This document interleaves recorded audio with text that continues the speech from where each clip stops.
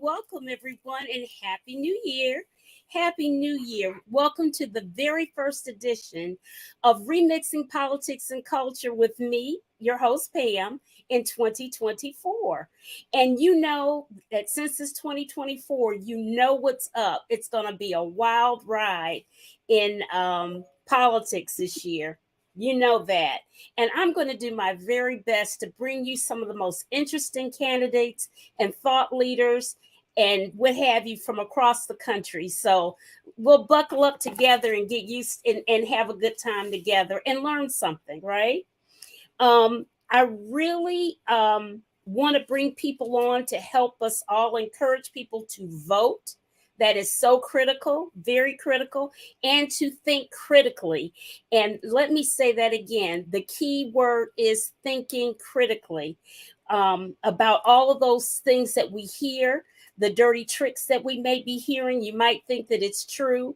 The false narratives that you may see on social media that you might think is true, that it's not.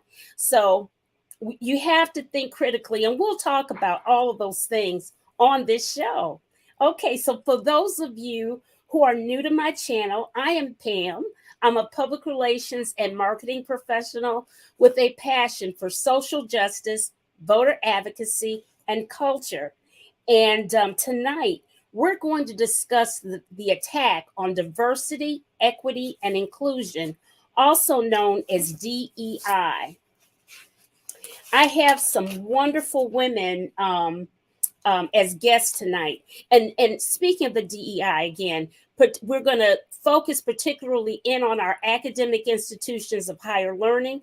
Recently, the one and only Black president ever in Harvard's 387-year history was forced to resign. And I will say that all three of the university presidents really did struggle in answering the questions posed by Congresswoman Stefanik. Harvard, MIT, and University of Penn presidents were all interviewed. The University of Pennsylvania's president resigned. The MIT president got some much needed communications assistance and issued a statement with support from her board. And she was supported and she stayed on.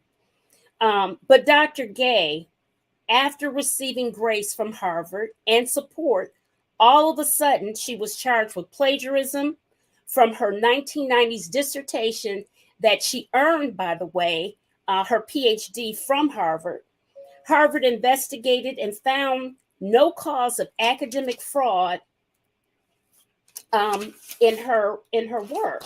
However, they succumbed to the pressure, and Dr. Gay resigned. We had another higher ed debacle with the mishandling of Nicole Hannah-Jones at the University of North Carolina at Chapel Hill. The common thread there has been that Black women are being attacked, women overall, just as the president at the University of Pennsylvania was pushed out by right-wing weaponization. We're going to discuss the attack on DEI with these wonderful thought leaders that I have for you this evening. The first up is Mary Rarick. Hey, Mary. Mary, hey, hi there. Mary is known professionally as a caffeine-addicted super connector. She is a Sorkin enthusiast and a communications consultant. Mary has leveraged her guilt and rage hangover from 2016 to step out of her introverted shell, I can't believe that, to become a grassroots political activist. Mary is a producer and host of You Can't Beat Blue, a YouTube show, and she is a volunteer for Run for Something. She resides in Portland, Oregon with her husband and rescue cats. Welcome back to the show, Mary. Thank you so much for that warm welcome, Pam. I'm pleased to be here. Honored to.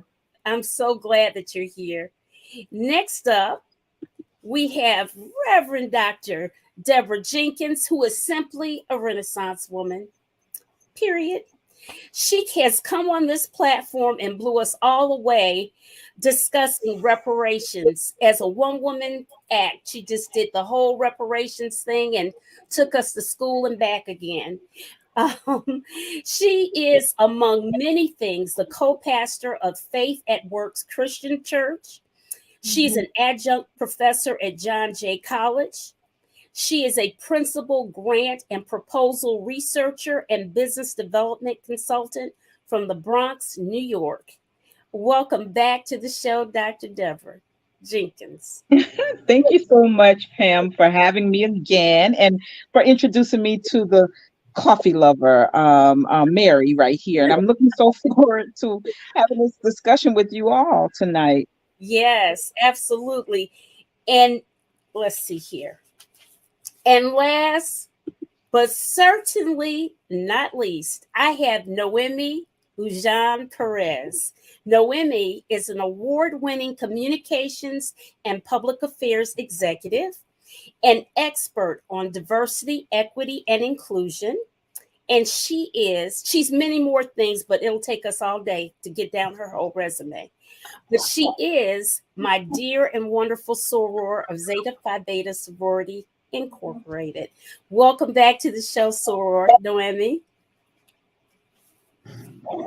You're muted. I apologize. Thank you for having me, Pam. Sora, and pleasure being on this platform with the rest of you phenomenal power women. They are. You all are. I'm so excited. Oh, the chat has really, Lord have mercy. Look at there. All these happy New Years. Even Paul Tucci. Happy New Year, Paul. I know you're putting your kids to bed.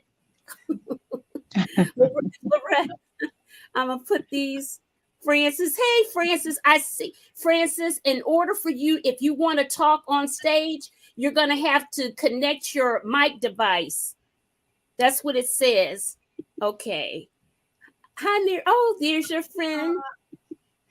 And Kath. Okay. All right. Okay. So we've got so much to unpack, everybody. So, ladies, let's dig in to the topics. So, listen, as I was researching Dr. Gay's situation, hold on here. As I was researching Dr. Gay's situation, her ascension to the presidency of Harvard and her forced exodus, I really kind of felt traumatized. And at that time, Dr. Jenkins, I'm gonna call you Dr. Deborah. Dr. Deborah had messaged me, and I was like, I'm just feeling bad because I was really traumatized because what I fully realized that even our allies, which Dr. Gay had, she has allies, they have a breaking point when it comes to support. So Mary, I'm going to start with you because I know you to be an ally. I know you to be an ally. And I want you to express yourself as to what did you think about what happened to Dr. Gay? She was bullied, plain and simple. I mean, she was bullied. She was put in a position with the questioning where it was no win. They were all put in that position. And you, as a PR professional, know you could probably see she was not adequately prepared. They were not adequately prepared and supported. And for what they went into, they walked into a lion's den. And it was a sham. The whole thing was a sham. And they sat there for 4 hours and they behaved, those professional women behaved as the smart academic women they are. They answered those questions with nuance and they came for a discussion. I don't think they realized they weren't prepared for what they had landed in. And that was upsetting. As far as the allyship and what went wrong there, what I see, and correct me if I'm wrong, is as soon as the threats of money being withdrawn happened, that's when everybody dropped. that's when people stepped away. It was, to me, it looked like the money was the problem, but correct me if I'm wrong. Mm-hmm. So, money. Well, you know what? When money gets strange, people get, people start. They have to clear their throats more, and they have to get up and move around and look at what the deal is. Noemi, what do you think about what Mary said, that when the money became an issue, then everybody kind of backed away? So I'm purposely wearing my hat today. It's my political hat. So part of my work, my wheelhouse is political strategist work. Um, and I have to say, there's a political partisanship element to all of this. So it's not just the money. There was partisanship involved. This is something that unfortunately has looped Dr. Gay in. We know that Harvard has been under attack now for years for their DEI initiatives. For background, prior to her promotion to president, she was the dean of one of the schools, and she was actually very key to some of their DEI work and initiatives and advancements. But beyond that, and yes, money is part of this, beyond that, we have to pay attention to the fact that this was a very carefully orchestrated campaign by the leaders who have led the attacks against critical race theory, against DEI, that were actually part of the SCOTUS case that we lost. So how can a Harvard, right, battle against that? And yes, add to that, donors start leaving. Some powerhouse donors at that. For the audience, it is actually also very key to pay attention to the fact that the schools, Harvard, MIT, and UPenn, were called to testify to Congress. The why is, obviously, when you are an institution, private as you might be, if you are receiving any kind of federal funding, okay, that could include students coming into your institution through, I forget what they're called, by federally subsidized scholarships. Yes. If you are called to the rug by Congress, by federal leaders, right? That is another form of pulling on your money. And so there were a lot of elements. It was not just about Dr. Gay. It was not just about Harvard. And I'm put it out there. It is really also about making sure, right? That the powers that be don't see too much change where diversity and inclusion is concerned.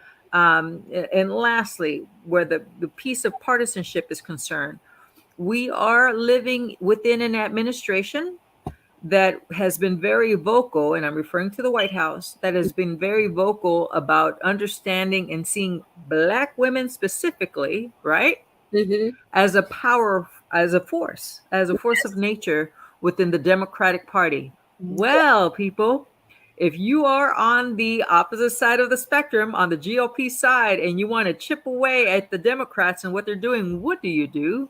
You tackle out, start chipping away at that power force. And unfortunately it's Black women. It's unfortunately is horribly in our face.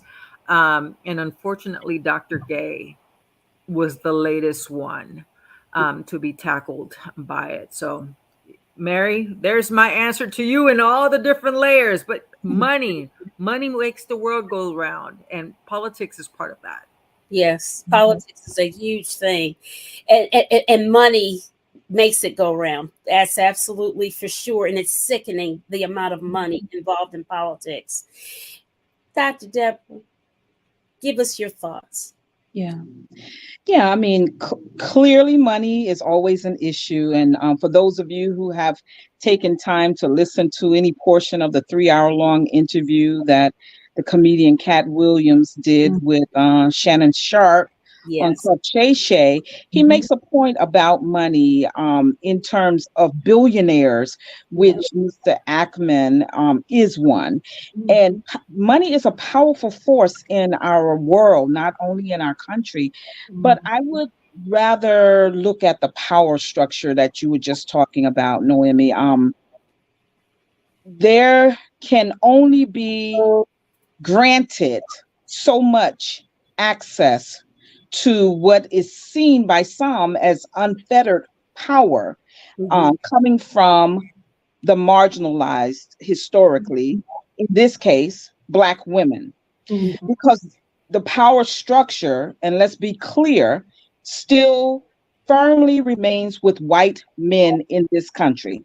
And I might say throughout the world, but definitely since we're here in the United States, they have effectively put a rift between Black women and Black men, choosing to instead elevate Black women over Black men so that they are so far behind that we only see first being Black women.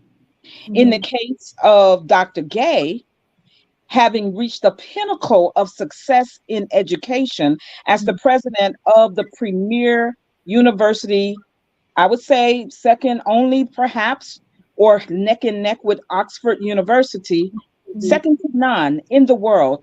That is a level of success that comes with a lot of not only access and the thought of support, but it comes with a lot of conditions.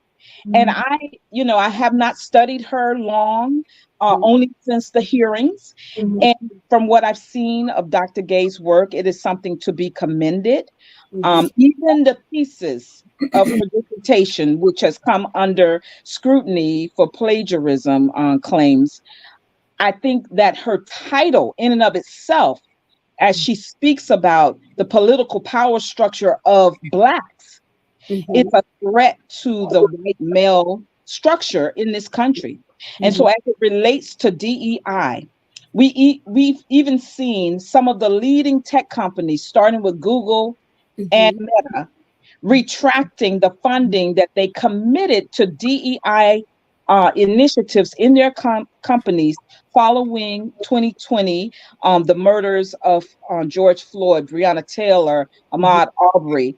Now they're taking that money out.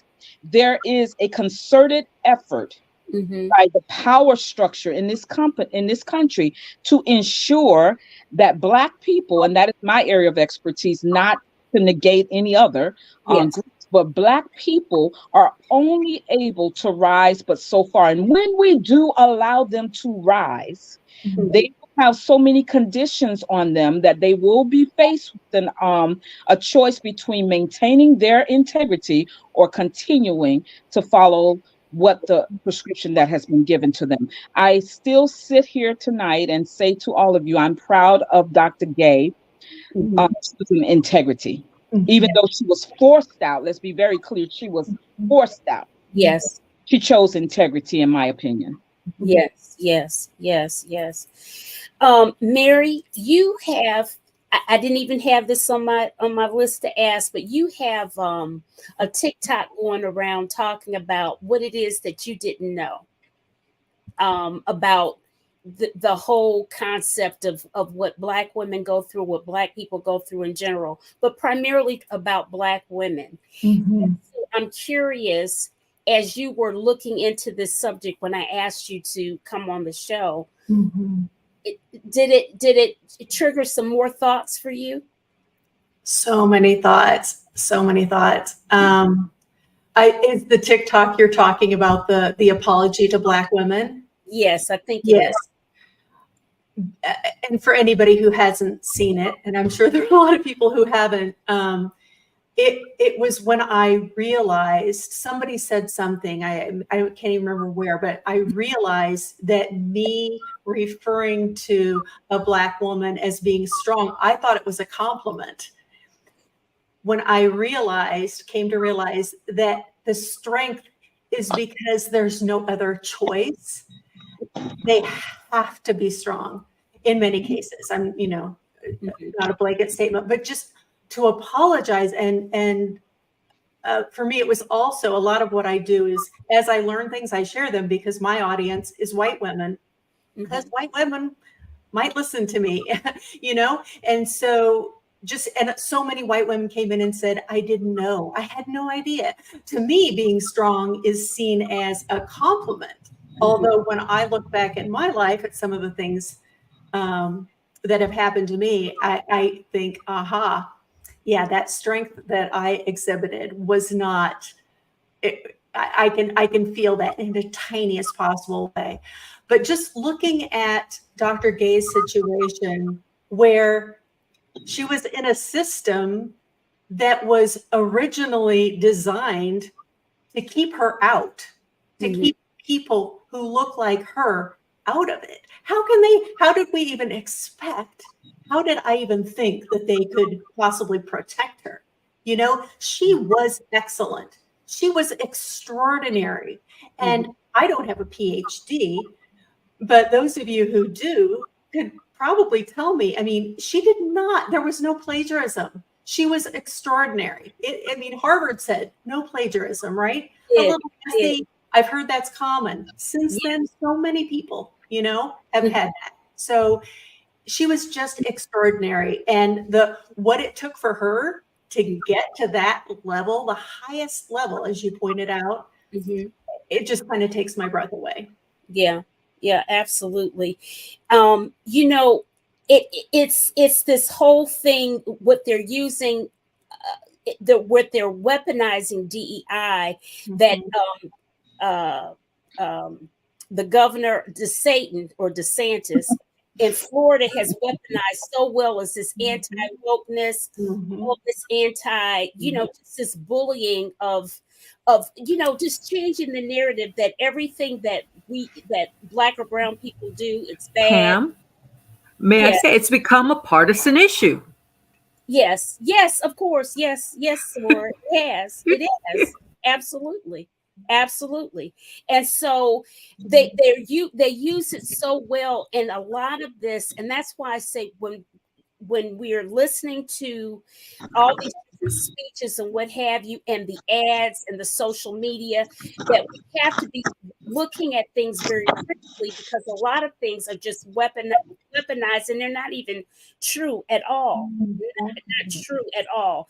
Dr. Deborah, one of the things that happened, that I mentioned earlier in the lead, was about what happened to Nicole Hannah-Jones here in North Carolina.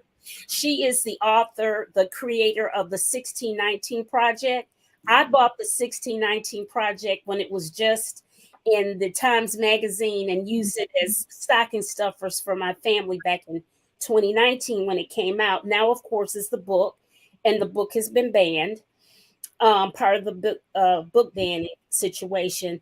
In academia, even with your experience at John Jay College, how do you feel, have you felt any of this attack on DEI within your framework in academia yet? Or Actually, no. We do have a Black female president at John Jay, and you know, it's a part of the Greater CUNY system, the City University of New York. No, and she's actually been there. She's spoken at many of the City University colleges, such as John Jay.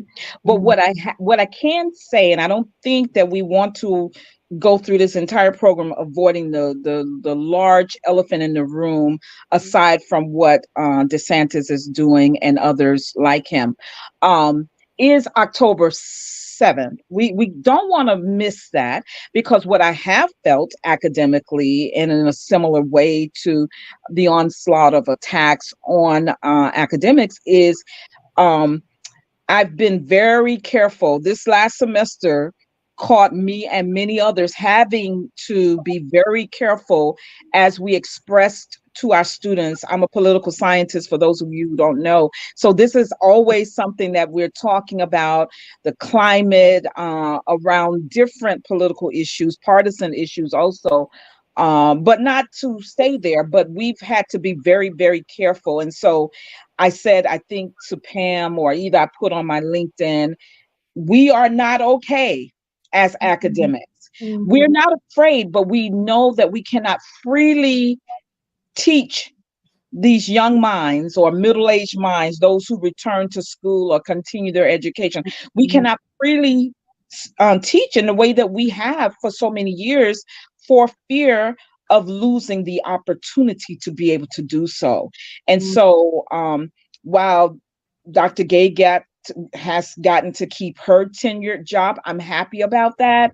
So has Dr. Jones. She's at Howard now, I believe, if I'm not mistaken. Pam. So she is. So everyone doesn't have that opportunity to bounce back like a Dr. Jones or to stay put like a Dr. Gay. And so we have to be very thoughtful and strategic in trying to create critical thinkers and not just those who are fed scripted information. And so it's been difficult, but I believe that many still want what Dr. Jones has to offer. But it goes back to what I was saying about allowing the white male power structure, allowing us to gain so much authority and power that they remind us whenever they feel a threat to their own power that they can take us back down. And I think that is the threat that despite, regardless if you are Black, Hispanic, white, Asian, or otherwise, we are under attack in this realm right now. And it's just the beginning. Right. I need to connect the dots on something. And I was going to go to you next too, because I have a specific question for you, but go ahead. Okay. No, it's regarding the books that you mentioned, Pam. It's regarding the academic component that you mentioned, Dr. Jenkins, and it's regarding a point that someone in the chat made.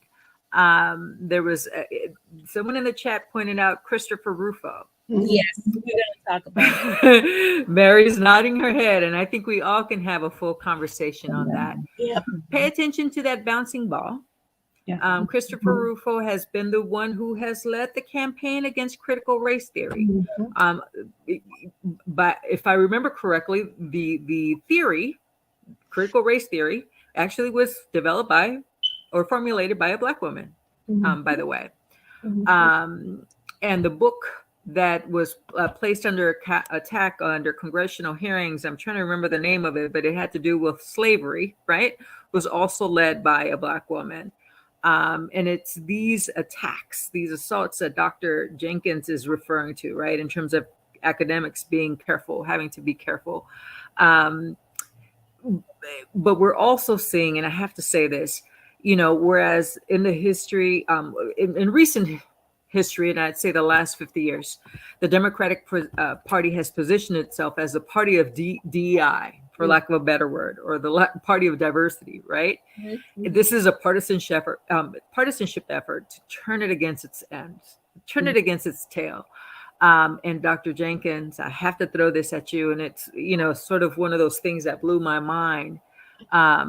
One of the people that started making their media rounds against Dr. Gay, and that campaign that was led against her was horrific.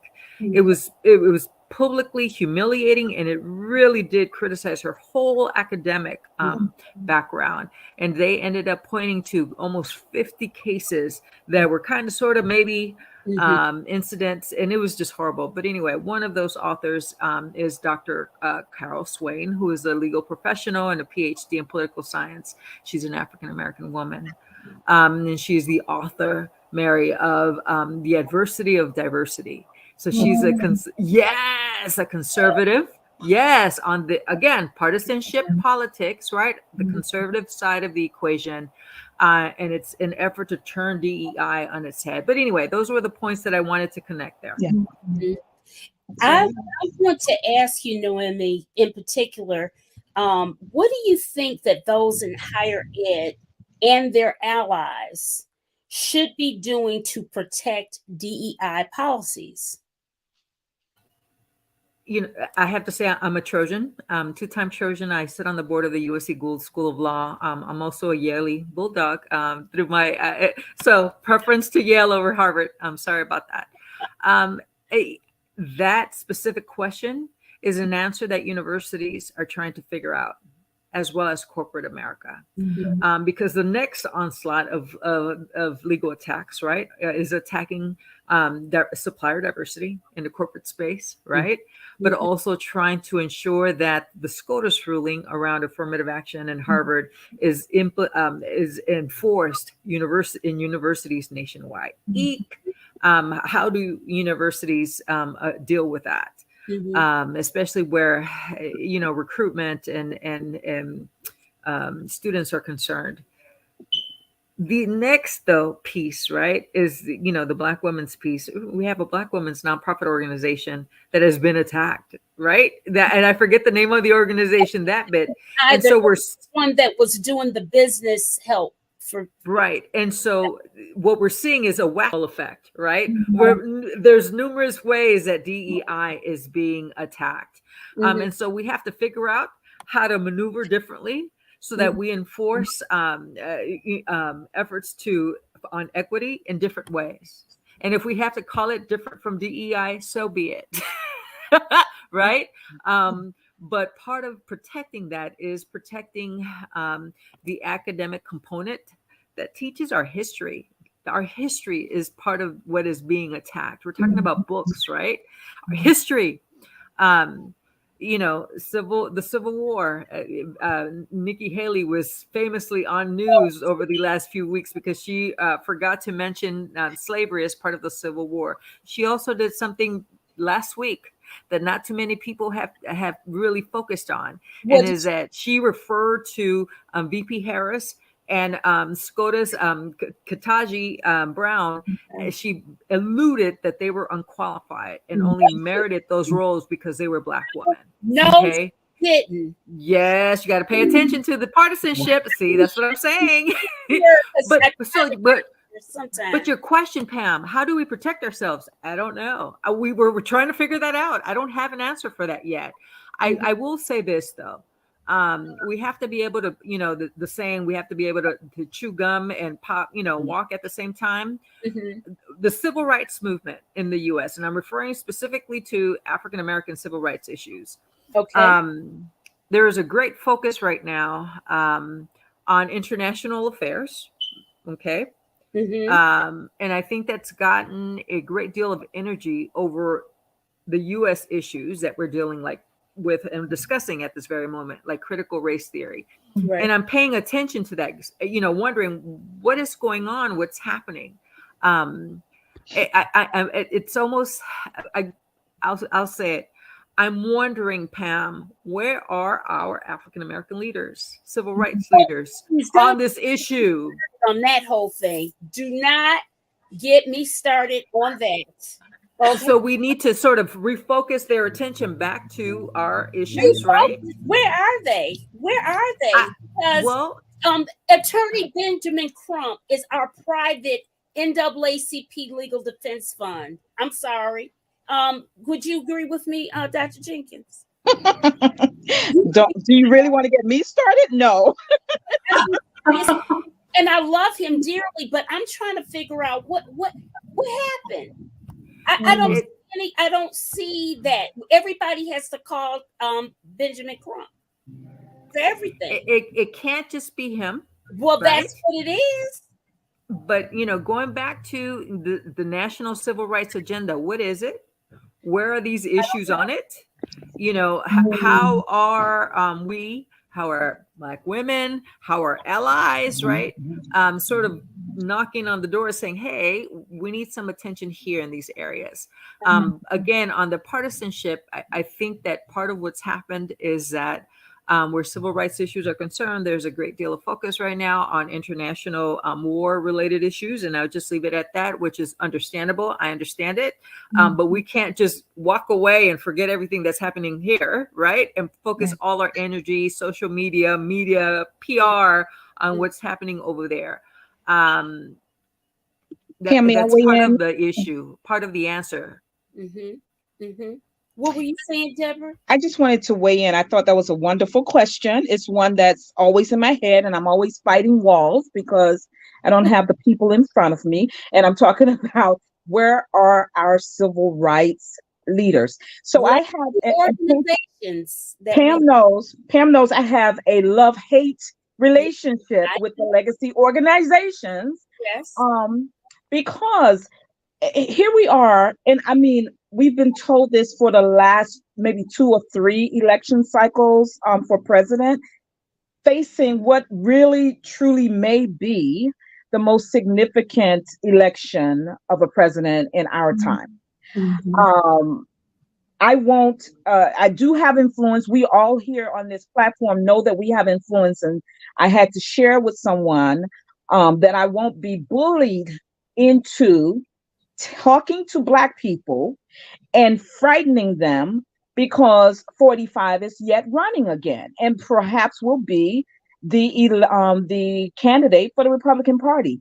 We have had civil rights organizations, the legacy civil rights organizations, in my opinion, have squandered the opportunity, the access they have to this current White House over the last 3 years, and they have not been going in and having audience with our president on behalf of needs that the Black community has. In 2020, the Congressional Black Caucus did a survey and asked Black people, their constituents, what are the primary issues? The primary issue that came back from respondents was reparations for descendants of enslaved people in the United States. Mhm. If you go from that point at which they took that survey and just do a Twitter search on the CBC, you will see that there are so many issues that are unrelated to Black descendants, Black descendants of chattel slavery here in the United States. You will see them supporting the international reparations movements rather than grassroots organizations that are trying to fight for our reparations. You will see the champion of HR 40, Sheila Jackson Lee, Congresswoman Sheila Jackson Lee, aborting it and running for mayor of Houston, which she just lost. So I you I can't know. make up some of the things, the distractions from so-called Black leaders. I love to bring up Dr. Julia Hare, because she had, and God rest her soul, she had this wonderful, wonderful quote that I don't believe she knew at the time she was making. She said, "Don't ever make the mistake of believing that leading Blacks are Black leaders." And I think we have to sit with that, because leading Blacks are those that we see in front of the cameras all the time. Right. Black leaders are people like the three of us and our allies who are behind us, Mary. We're putting you in there as an ally behind us, right? So we have to begin to have pressure put on our elected officials. So I'm telling, a colleague of mine was saying, all these people talking about the Cat Williams interview, but nobody's talking about Trump and what he's trying to do. I say, you know what? Between January and April, let's let the civil rights organizations do what they do. For the rest of us, we have until from April until November to do what we do, because we're already sure about what the legacy civil rights organizations are going to do. They're going to tell us excuse me, I'm mixing up my words, to vote blue no matter who, without ever expecting anything in return. And that's just not good enough any longer. We No, are losing. We're losing and have been losing. It's time for us to be put in the winner spot. yeah, yeah. Whew, y'all, it's so. Listen, that's a whole nother The show. whole thing. It's the whole thing. Whole nother show. It is. Let's talk about Christopher Rufo from Florida, who before was appointed by DeSatan to the new college in Florida board. And let's bring up Ackman, William Ackman, whose wife literally at MIT did plagiarize. She plagiarized the whole big thing out of Wikipedia. Yeah, she did. And she said she's sorry. Oh yeah. I'm sorry. She just said she was sorry.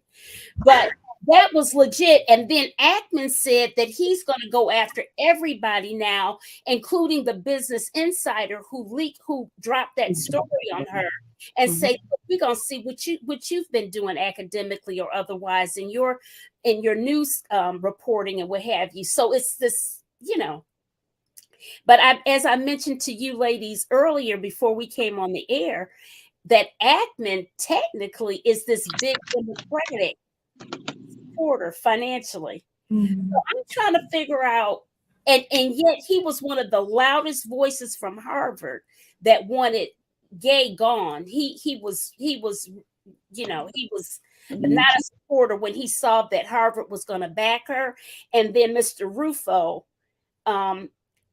did her in with all of this other his campaigning and whatnot. So how do we've got to increase our allyship? And I heard earlier today that to do so, we have to get white men to be allies. Mary, how do you think we can go about doing that? How can we bring white men into the mix? Because I have plenty, I don't have a lot of white male friends, but the ones that I have that have been tremendous allies for me for over 40 years. So what do we do? What do you think? Well, I got to tell you, it hasn't been that long. I mean, it's only been recently, within the last year, that I came to that realization that, it's one thing for white women, who obviously, we're behind the ball on this too, right? Who benefits the most from the patriarchy other than white men? It's white women, or we think we do. We don't really, but we think our proximity to this power equals power for us. Well, the gig's up. Like, that's not true. But when I realized it was when every night when we're having dinner, I talk to my husband and I tell him what I learned that day. That poor man, every single day. Because this is how it happens. This is how it starts. It's these individual conversations. Yeah. Each one of us has to take, you think, oh, it's not enough. You know what? It is enough. I mean, it's a start. And guess what? It's been a while ago, maybe 6 months ago, he sat through a DEI training at work, right? As they have them. Some of them are performative. I don't know whether this one was or not. But when it came time they were asking questions of the audience, where do you get your most of your information about this sort of thing? Who's taught you the most? He mentioned me. All right. So it's working. And I hear him when he's having conversations with his family and friends. I hear him talking about some of these things.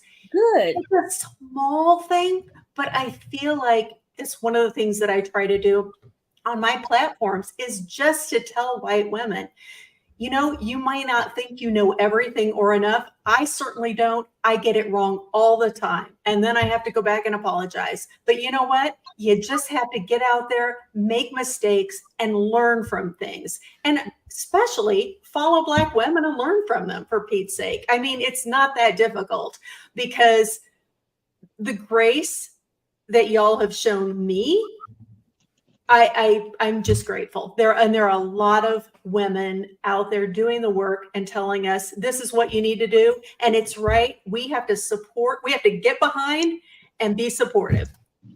All right. Listen, I have a dear friend, Dr. Judy Foster Davis, who is a full professor at Eastern Michigan University. And she had texted me earlier today and she said, Pam, I may have to drop in because she's been in academia forever and she has something she's got to get off her chest. So I'm gonna bring Judy up. Judy, get it off your chest, girl. How you doing? Hi, everybody. Hi, Judy. I wanted to say that the comments tonight have just been on point. Noemi's comments and Deborah's comments, because I've been in this higher education game now for over 30 years, and I'm getting to the end of my time in that. But one of the things that I wanted to say, I'm glad you brought up the information about Christopher Rufo, Bill Ackman, because what happened to Claudine Gay is it's a convergence of this. I call it a propaganda attack with socio-political ramifications that is rooted in my opinion, is rooted in fear. And when you look at what's happening with this ascension of Black women to these positions, Claudine Gay at Harvard, look at what's happening with the January 6th Trump case and Judge Chuck King, and look at what Fonnie Willis is doing in Georgia and Tish James in New York, and it just goes on and on and on. And so, Black women did not come to play. Mm-hmm. And so the pushback is, oh my God, we have to quash this. So here we are, and I think it's very telling that Claudine Gay is really the victim of this attack, because she's in education.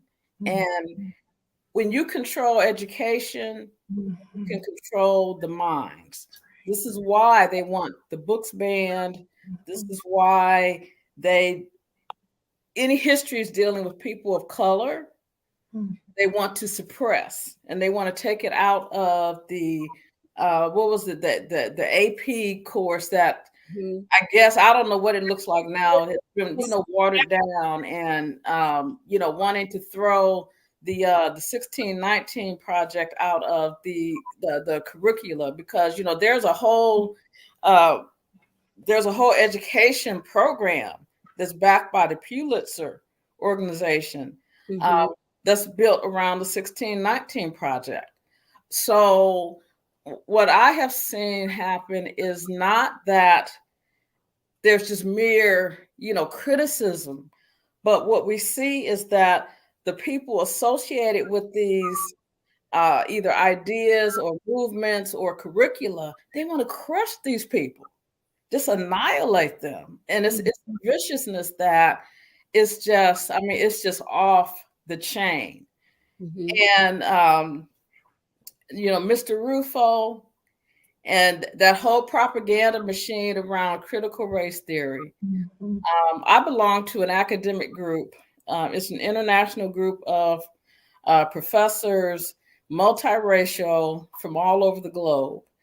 And our group is called Race in the Marketplace, because I'm in the business school.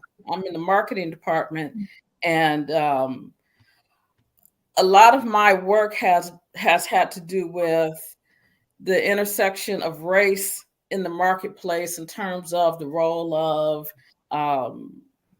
marketing professionals of color, advertising, public relations, and things like that.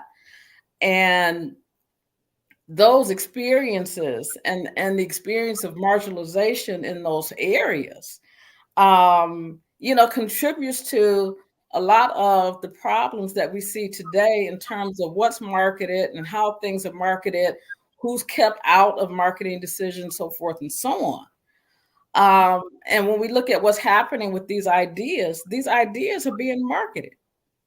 And they're being marketed very successfully.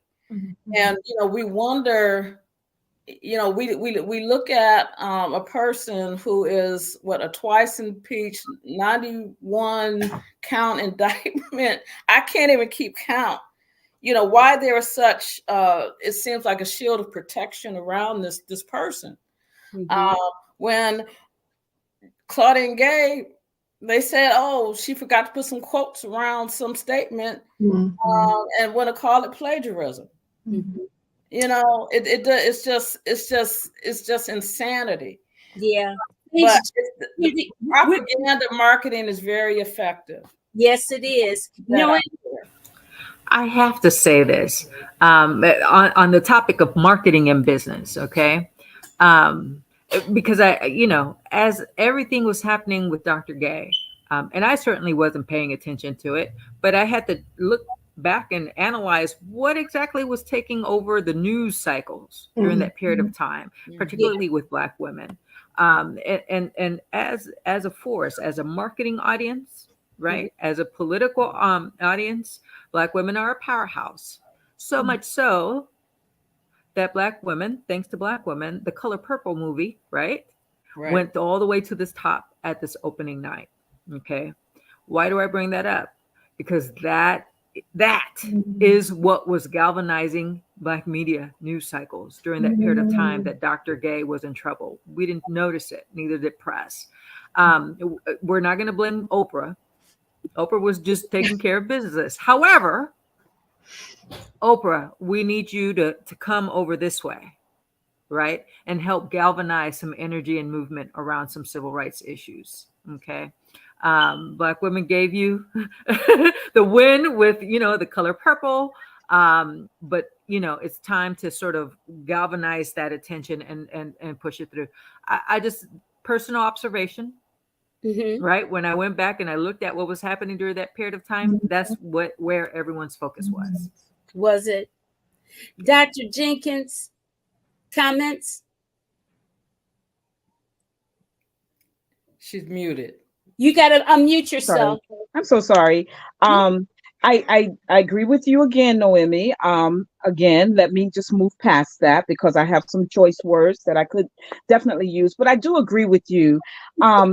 During that time when everyone was caught up with the Color Purple, we also heard a voice from the cast, and that voice was Taraji P. Henson. Yes, we did. Saying that after having won an Oscar, after having proven herself time and time again, even in this movie that was executive produced by none other than Oprah, she had to fight for her salary yet again.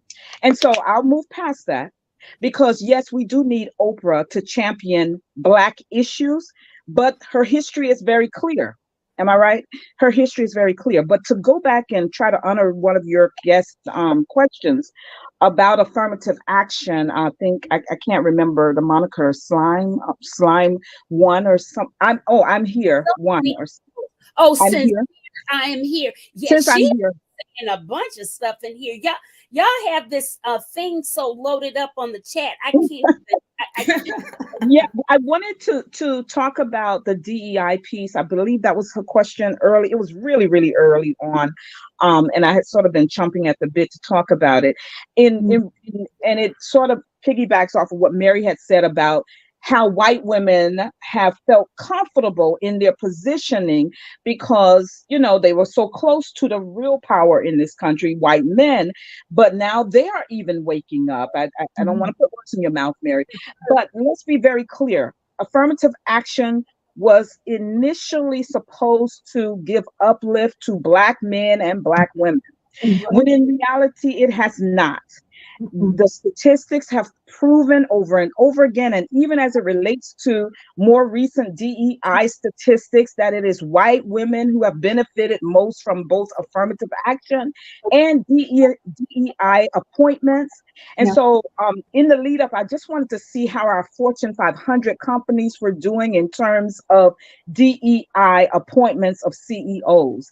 As of 2021, there were only 47 out of 500, 47 women in 2021 who were CEOs of companies. But guess what? It gets much, much worse for Black people, Black women and Black men. As of 2023, of the 500 Fortune 500 companies, there are only eight combined Black men and Black women, 5 of them being Black men. And I'm going to give the men a big ups because there is a concerted effort in this country, and there always has been, to ensure that Black men never rise. And so they always choose us as Black women over the Black men. But I say we're in the same ship, and we got to understand that we are rowing together. And that is why I fight so hard for reparations for myself, for my children, their children, and Black American descendants of enslaved people right here right here in the United States. And we cannot always expect people to see what we know is true about the concerted effort to ensure that we never ever rise above a certain level. And that to me is evil, evil, because the intent is to destroy a people. And they've done a really good job. But back to your apology letter, Mary, yes, we are strong because we've had no choice but to be strong. And my suspicion is that my daughter, her daughters, and theirs will continue to be strong for the very same reasons, not always choosing to be strong, but having a necessity to be strong. Mm-hmm. Can I add something to piggyback on Deborah's comments? Yes. Because I know I made my comments primarily in the context of education, but going back to Chris Rufo and the whole anti-CRT, anti-DEI movement, we have seen that affirmative action, as one example, has been dismantled in education. It doesn't stop there. Affirmative action with respect to corporate and private enterprise, in government, so forth and so on, is a part of the continuation of that through line to, as I agree with Deborah, to keep Black people and Black men in particular out of these roles of authority or where they have some true power. So again, it's a power dynamic that cannot be dismissed anytime we talk about any of these attacks, the propaganda and the whole, it's like a whole machine that's behind it. And it's not just Donald Trump. There's a whole culture behind it. Yes, there definitely is. There definitely is. I was going to ask you guys one other question. Noemi, did you have any other comment about the partisanship and the strategy against that? I think this is a lead up towards the upcoming elections. Mhm. I think it's a lead up towards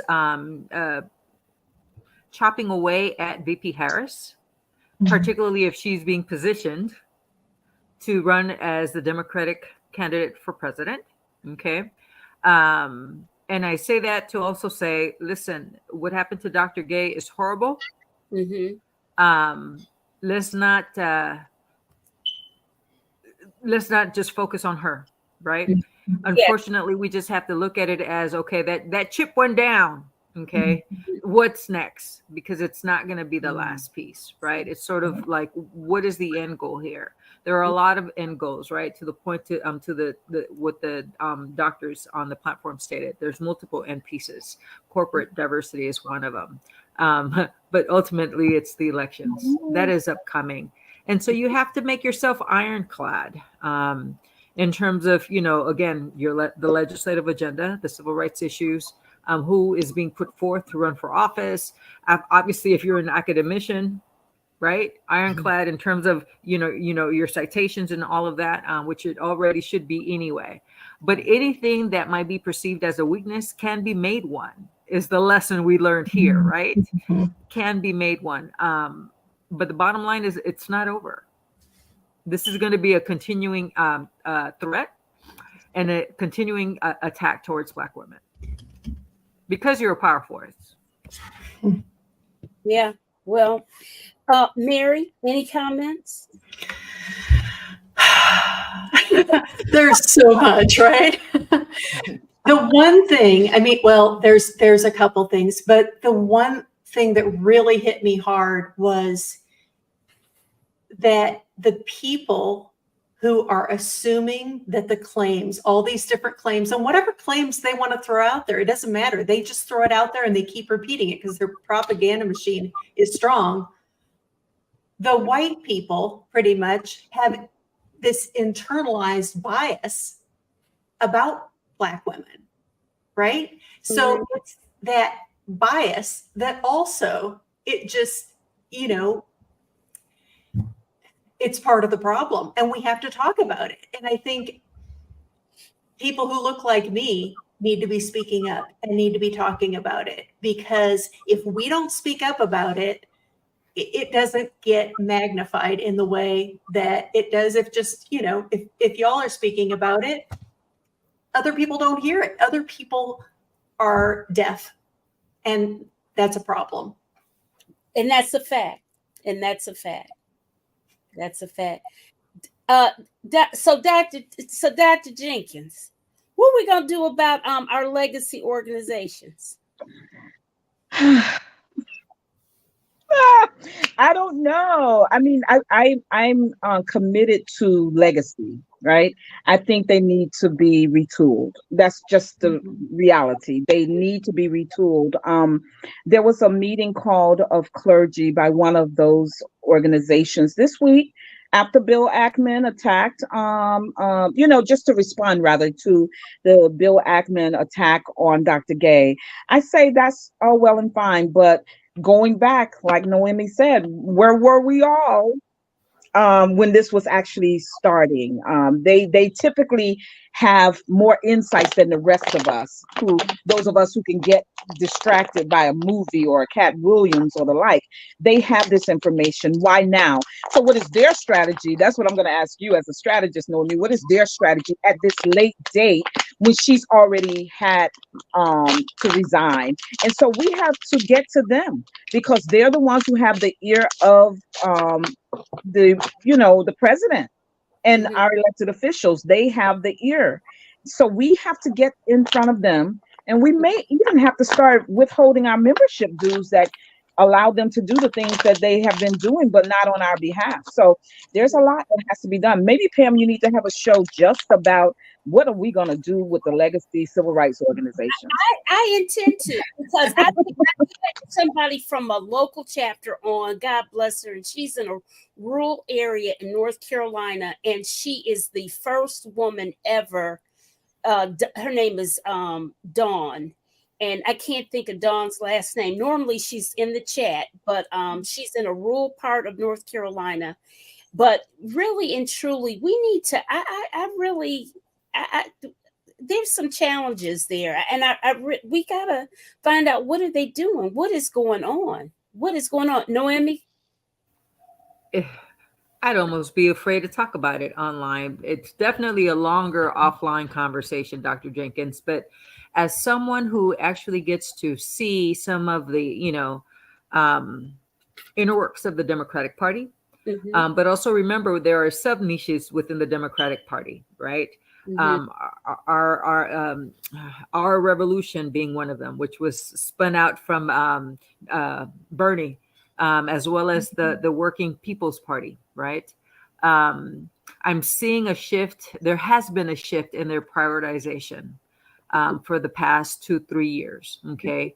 And it's aligning with Dr. Jenkins and Pam, this thing that I'm talking about, right? Where there's been a shift to other issues as opposed to US based issues. And that's an internal discussion that is about mobilizing around those issues. And part of mobilizing around those issues is also making sure that the funding that those organizations prioritize are redirected back here, right? Back to US-based issues.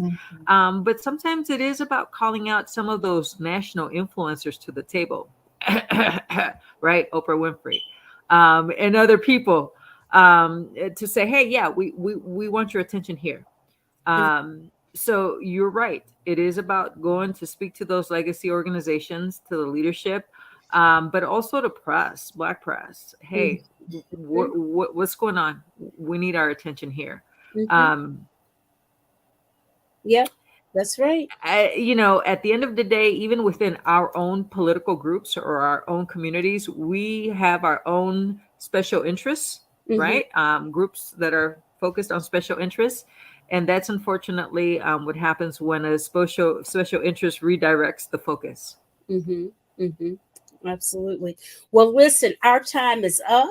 Ladies, I thank you for the first show of the new year. I hope that you all have a wonderfully blessed new year. And I thank the audience. They're still sending in chat stuff. I'm going to put them up real quick on here. All right, Marianne. Well, one thing about this, I can come back to it and I'll use information about the Harvard retraction or hit piece on the ADO. What does ADOS mean? I can't keep up with all these acronyms. American Descendants of Descendants of Slavery, and it Slavery. was initiated here in Los Angeles. The who, the what? What did you say? American Descendants of Slavery. Oh, okay. Yes, Okay. and it was initiated here in Los Angeles by a former graduate of UCLA. Okay, great. Well, I am appreciative of all of you guys in the audience. I hope you hit those like buttons, especially if you were on YouTube. Hit the like, hit the subscribe. It's a free way to support my channel. Hit the like on YouTube, on Facebook and LinkedIn. Share the video. Help me to continue to do this thing here, okay? And I thank you all for coming and have a good night. Let's wave them off, guys. Good night.